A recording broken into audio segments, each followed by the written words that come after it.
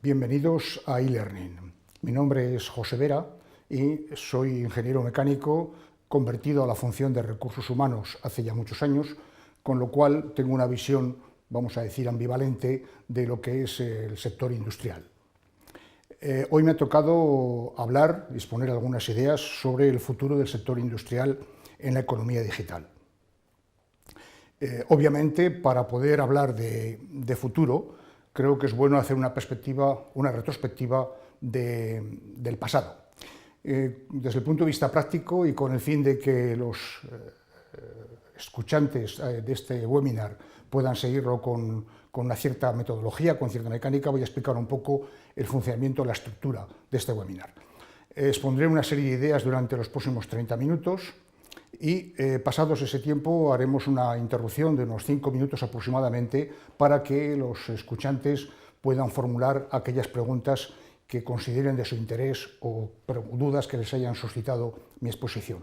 Al cabo de esos 5 minutos volveremos a retomar la conexión y en los siguientes 10 minutos aproximadamente intentaré responder a esas preguntas, a esas dudas de la mejor forma posible. Como he dicho antes, si queremos hablar de futuro, creo que es bueno hacer una pequeña retrospectiva al pasado, utilizar, como utilizamos normalmente los conductores de coche, el espejo retrovisor, pues para ver qué ha ocurrido en los últimos 300 años. En los últimos 300 años hemos tenido 3 revoluciones industriales. Una primera en la cual predominó la invención por parte de Watt, la máquina de vapor y el telar como elemento el telar mecánico como elemento de producción de textiles en cantidades industriales, que luego fue rápidamente absorbida por la revolución del taylorismo y del fordismo, es decir, la fabricación en serie de productos de gran consumo. Evidentemente, el coche es el modelo, vamos a decir, más típico en lo que sería el arquetipo de la fabricación en serie. Y la siguiente revolución industrial, que la hemos tenido en la última mitad del siglo XX, del pasado siglo XX, en la cual podemos predominar las comunicaciones, la tecnología, lo que sería la información prácticamente instantánea en cualquier parte del globo, como se puede ver en esta pequeña gráfica que he puesto. Para hablar de futuro, yo siempre me apoyo en 2 futurólogos que les tengo cierta simpatía. Voy a empezar por el más moderno, por el que todavía está vivo, es Woody Allen, nacido en el año 35, que en una de sus películas decía que para él el futuro era algo muy importante porque era el sitio, el lugar donde iba a vivir el resto de su vida, el resto de esos acontecimientos. La otra foto en blanco y negro es de Paul Valéry. Paul Valéry, filósofo y poeta francés, nacido a finales del siglo XIX, fallecido a mitad del siglo pasado, del siglo XX, del cual resumo sus pensamientos en una sola frase que me parece lapidaria. La frase dice que el futuro ya no es lo que era. Resume de una forma muy concreta, en breves palabras, los 3 tiempos del verbo, es decir, habla del futuro que ya no es en este momento lo que era el día de ayer. Por eso es difícil para mí abordar este tema sobre cuál va a ser el futuro del sector industrial en esta nueva era que nos espera en la era digital, pero voy a intentar, con unas breves transparencias, exponer unas cuantas ideas desde el punto de vista humano, sobre todo por mi experiencia en la gestión del talento, y con esta visión lógicamente tecnológica, ya que estamos hablando de un sector básicamente industrial. ¿Cómo estamos ahora? Bueno, pues estamos en una situación compleja, dado de que durante la última mitad del siglo XX hemos hecho una depreciación de lo que era el sector industrial. En los 60, sobre todo en España, se volcó mucho hacia el sector turismo y el sector servicios. Ha habido un alejamiento entre lo que es universidad y empresa. La empresa tiene una serie de requerimientos de conocimiento, de talento, que tal vez la universidad, un poco anquilosada, no ha sabido acompañar a las necesidades de la empresa. Se ha relegado en segundo plano la formación profesional, con lo cual la industria se ha visto muy castigada por falta de profesionales de cierto nivel, de cierta profesionalidad. Como he dicho antes, se ha volcado demasiado el tema del turismo y del servicio. Hemos entrado en un consumismo desmesurado, tal vez nos ha desproporcionado un poco ese balance entre lo que se produce y lo que se consume. En este país en concreto, la burbuja inmobiliaria ha hecho un gran daño. Gran parte de la juventud se ha volcado a buscar un dinero fácil en la construcción, abandonando unos estudios, y ahora nos encontramos con que, al romperse la burbuja, reconvertir esa juventud, esa generación que se ha volcado en una consecución más fácil de sus objetivos, pues el reconvertirla a una era digital es bastante más complejo. Y la logística sigue siendo deficiente. Hemos hecho grandes estructuras de comunicaciones, de transporte para personas, pero el transporte de las cosas sigue siendo un poco deficitario. Con esto lo que intento es hablar del aquí y el ahora, de la situación en la que nos podemos encontrar en este momento, arrancando el siglo XXI.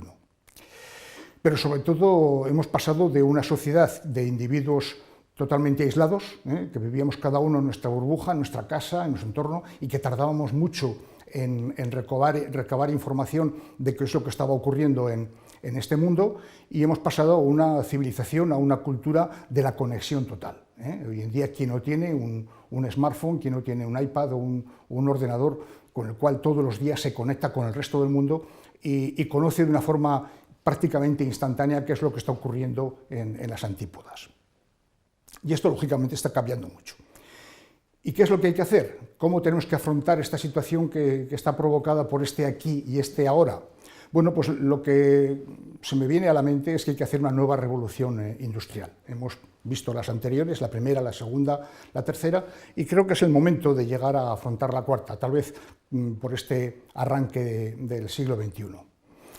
Y en mi opinión, aun cuando se está tendiendo mucho a las especializaciones, deberíamos volver un poco a un nuevo renacimiento, es decir, a tener una serie de conocimientos globales de todas las materias para tener una visión holística de este mundo, porque si nos quedamos cada uno de nosotros con una visión muy parcial, nos podemos perder en esa especialización. Entonces yo creo que hay que volver otra vez al renacimiento de Leonardo da Vinci, con aquella concepción artística, ingenieril, y volvería un poco al tema que comentaba antes sobre las personas y las cosas. Hemos pasado rápidamente por una globalización y estamos otra vez deslocalizando las empresas, los centros de producción, y yo creo que hay que volver otra vez a lo básico, hay que volver otra vez a la localización. Pensar en global, porque lógicamente la aldea global de McLuhan cada vez es más pequeña, y lógicamente actuar en local, es decir, tener una visión completa de qué pasa en el mundo, pero sí una actuación muy local, muy puntual, en función de las necesidades de cada momento.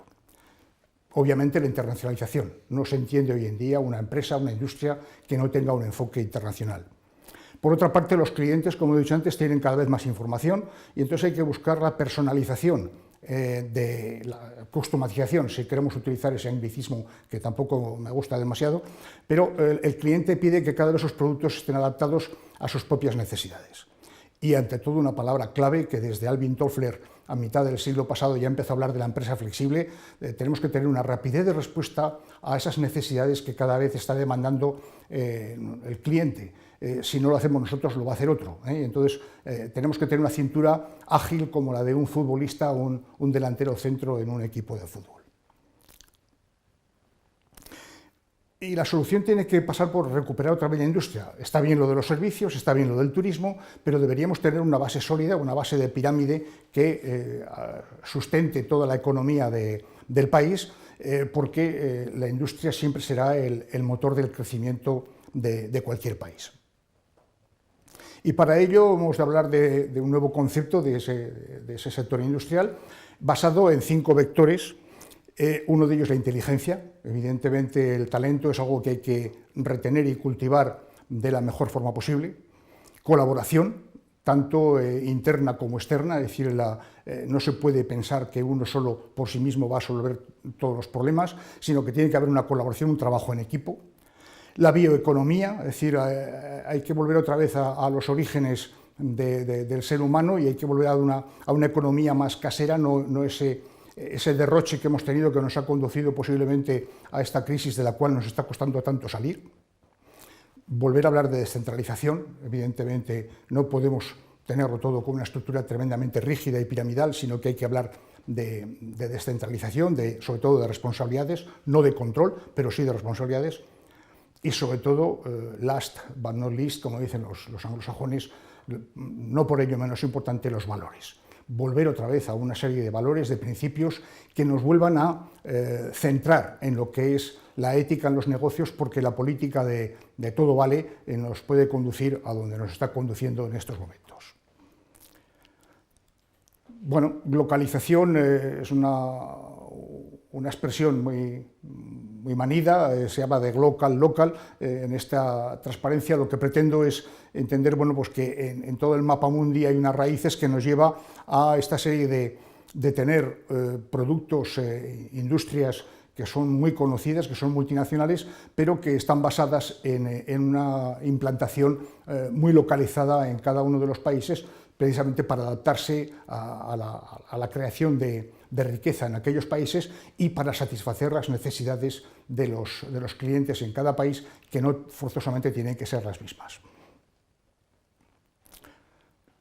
El mundo es un pañuelo, es una expresión ya muy antigua, pero cada vez es más cierta. En estos momentos, de aquí a las antípodas, nos separan única y exclusivamente unas 14 horas de vuelos, no sé si interrumpidos o no interrumpidos por escalas, pero para ir a Nueva Zelanda, que son las antípodas de España, bueno, pues con 14 horas de vuelo estamos allí y solucionamos cualquier tipo de problema, de trabajo, de comunicación con las personas con las que queremos entablar relación, etc.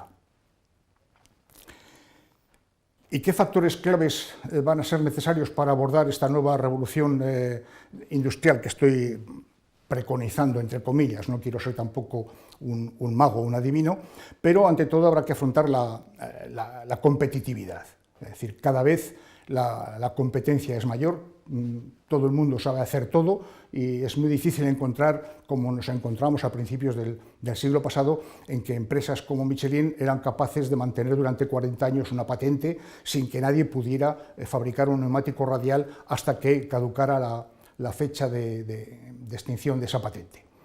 Flexibilidad, que ya mencioné antes, en rapidez de respuesta, en proximidad con el cliente. La logística va a ser clave en estos momentos. Hoy en día la gente puede vender por internet cualquier producto a cualquier hora del día o de la noche. El problema que tiene es la distribución. Cómo hacer llegar ese producto que uno ha comprado en Nueva Zelanda o en Taiwán y hacérselo llegar a Estados Unidos, a Francia o a España. Y sobre todo la personalización de ese producto. Henry Ford tenía la fama de haber acuñado la frase de que él podía servir a sus clientes el Ford Modelo T del color que quisiera el cliente, a la condición de que fuera negro. Hoy en día todos conocemos cuál es el pliego de condiciones cuando queremos comprar un coche. Elegimos tapicería, cuadro de mandos, el color de la carrocería, las llantas, etcétera, etcétera. Habrá que abordar el tema de las nuevas tecnologías, va a ser el soporte de esta nueva revolución industrial. La información, bueno, ya he mencionado antes de pasada, pero bueno, tenemos ahí la nube, los big data, internet, etcétera. La administración tiene que jugar un papel importante con una actuación mucho más ágil a la hora de facilitar la creación de nuevas empresas. Ahí y los trámites internacionales de exportación, de importación, etcétera. Ahí las administraciones tienen que reaccionar de una forma rápida y no quedarse anquilosadas en esos formularios del vuelo usted mañana, esto va a tardar 3 días en resolverse. Hay que tener más agilidad.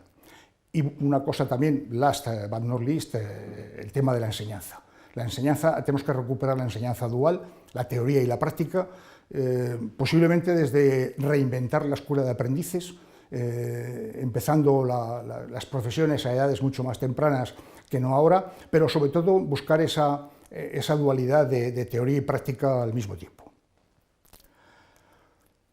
El retorno a las cosas. Tal vez hemos pasado varios años y no sé si los hemos perdido, entre comillas, o no, pero hay que volver de lo virtual a lo tangible, a tocar las cosas con las manos.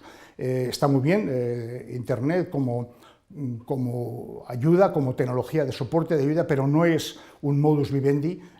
La gente tendrá que seguir comprando cosas, necesitando cosas materiales, y para ello la respuesta va a estar en la industria, que tendrá lógicamente que ponerse al día con esta nueva actualización, con esta nueva revolución. Recientemente, dos datos que pongo aquí.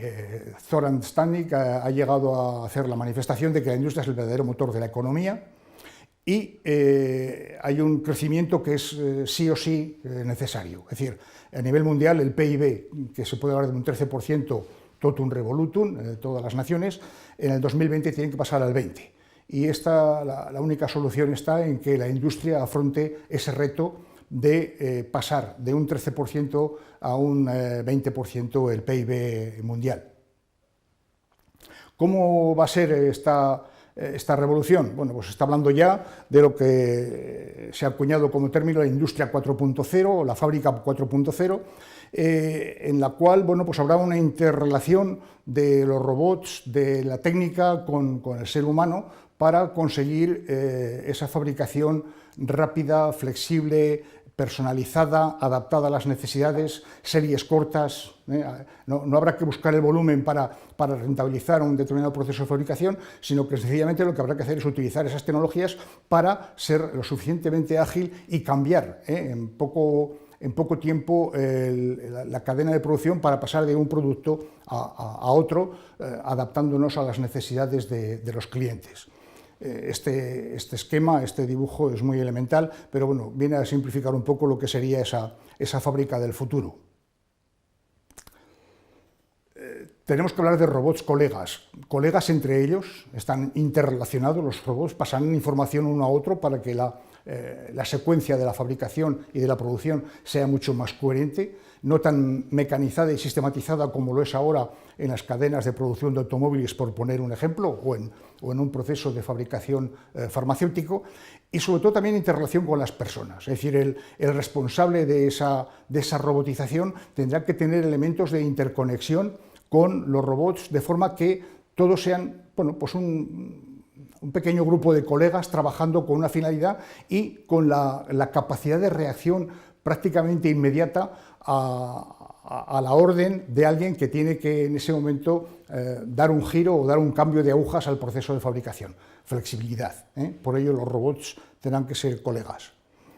Se ha empezado a hablar ya del cloud computing, de la nube, y lógicamente va a ser una herramienta fundamental. La gran capacidad de almacenamiento de información y sobre todo de computación en esta nube. Lógicamente es algo que nos pilla muy reciente, muy de nuevas. Tenemos que adaptarnos a estos cambios tecnológicos, pero ya está ahí, y es algo que no podremos ocultar, para relacionar todo tipo de información y entre todo tipo de terminales, desde el iPhone o el smartphone que llevamos en el bolsillo hasta la computadora más sofisticada o la cadena de producción más robotizada. Otro elemento que hay que manejar es el concepto de Big Data.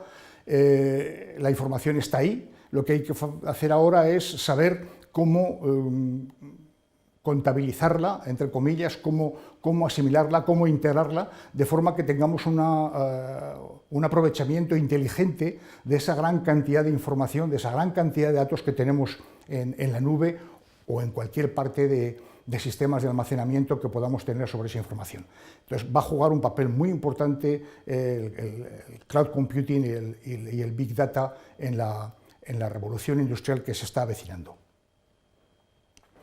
Inclusive tenemos que empezar a hablar algo que ya se empezó a hablar de finales del siglo pasado. Las grandes compañías que trabajan en temas de informática y comunicaciones ya estaban hablando de la inteligencia artificial, la rapidez con la que una serie de chips informáticos pueden aprender a base de reiteración, de recibir información de una forma repetida y acumulada a una velocidad insospechada, frente a lo que al ser humano nos costaba aprender que acercando la mano al fuego nos podíamos quemar, y tardábamos varias veces o varios ensayos de prueba-error hasta certificar que aquello quemaba.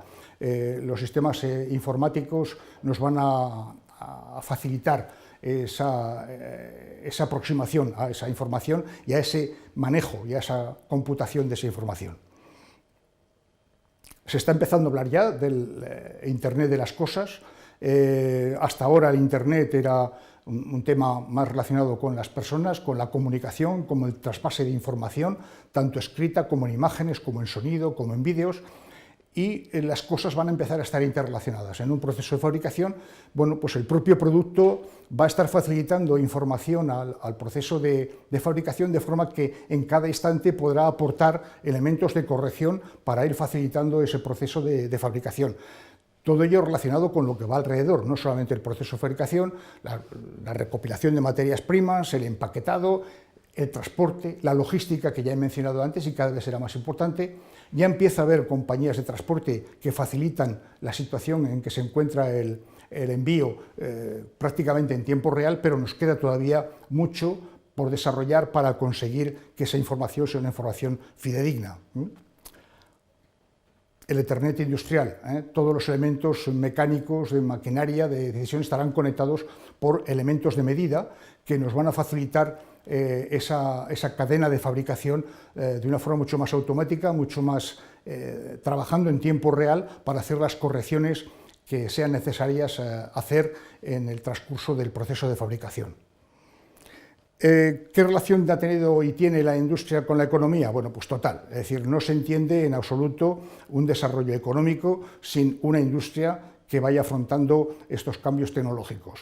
Si hiciéramos el símil del dibujo que están viendo en pantalla, en el cual podríamos hablar de tres conjuntos, contra más intersección de esos tres conjuntos podamos conseguir, lógicamente el desarrollo económico será mucho mayor.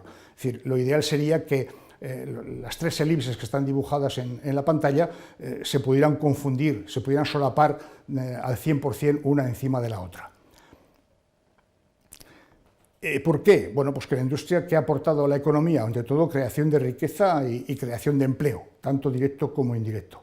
Estamos en unos tiempos en los cuales el empleo se ha convertido en un problema prioritario, clave, en todas las encuestas que se hacen en todos los países. El nivel de empleo es primordial. La cadena de valor, que sea verdaderamente una cadena de incremento de valor desde la materia prima hasta el producto final, pasando por todos los proveedores.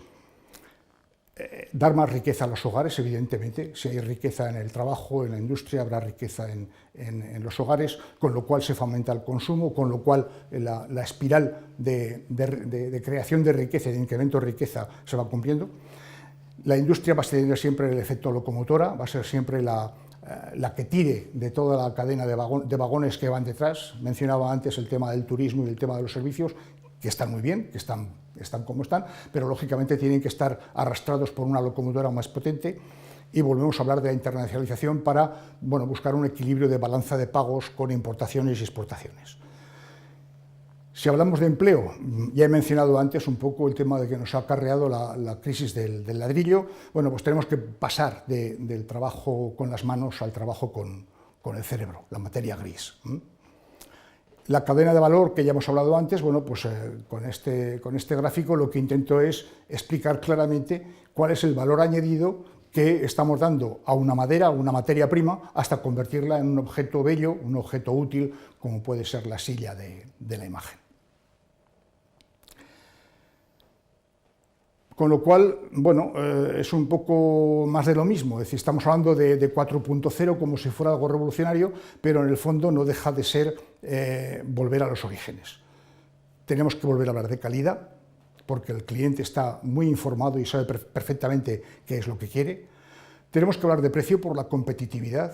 Pues hoy en día uno saca un producto a un determinado precio, a los 2 días si hay alguien, si no es en este país, es en Oriente Medio o en Oriente Lejano, que con una mano de obra más barata construye el mismo producto con una calidad muy parecida, muy similar.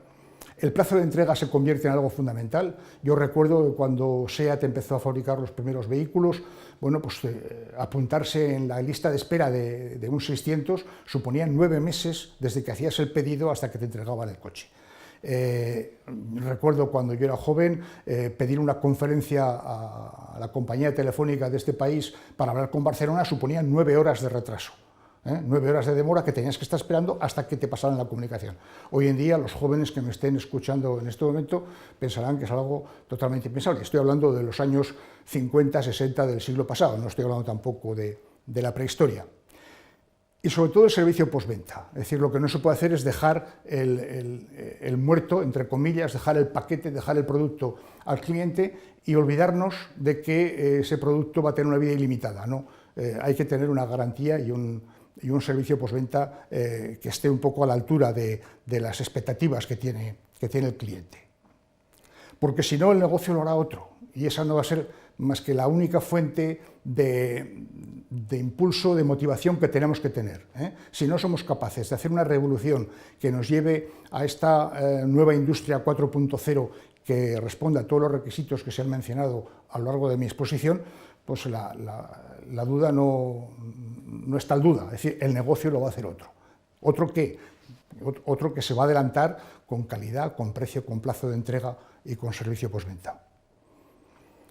Muy recientemente en prensa hemos podido leer Rosa García, la presidenta de Siemens España, dice: si la industria no se vuelca y moderniza hacia el modelo 4.0, del cual ya está hablando como modelo de futuro, habrá otra reconversión.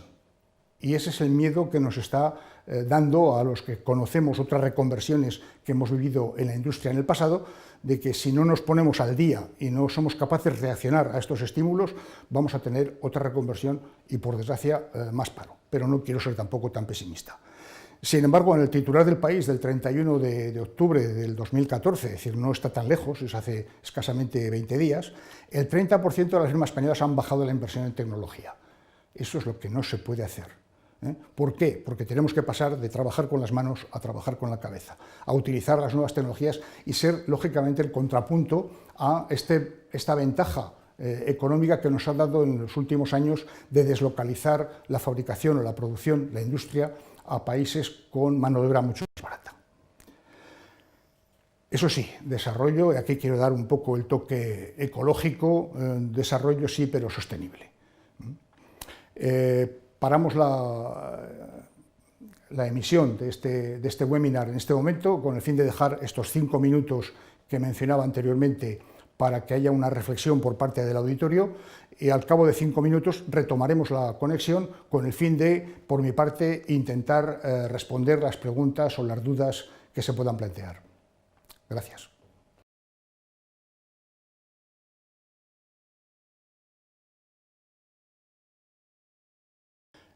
Como prometido, retomamos la conexión con la finalidad de responder a algunas de las preguntas que se han presentado en esta pausa de 5 minutos que nos hemos tomado para reposar un poco. La primera de ellas está relacionada con la bioeconomía. Me preguntan qué se entiende por bioeconomía. Bueno, tan sencillo como ir a buscar la etimología de las palabras. Bio, vida, economía, como el propio nombre indica. Tenemos que tomar el parámetro de la bioeconomía como algo fundamental a la hora de desarrollar el próximo futuro. ¿Y a qué me quiero referir con ello? Bueno, pues que las materias primas son las que son. El mundo, el planeta Tierra es un sistema cerrado en el cual no entra más que la luz y la energía del Sol. El resto de las materias y de los elementos que componen la Tierra están desde el principio de los siglos. Entonces tenemos que ser capaces de desarrollar un sistema económico basado en la vida, es decir, en la supervivencia.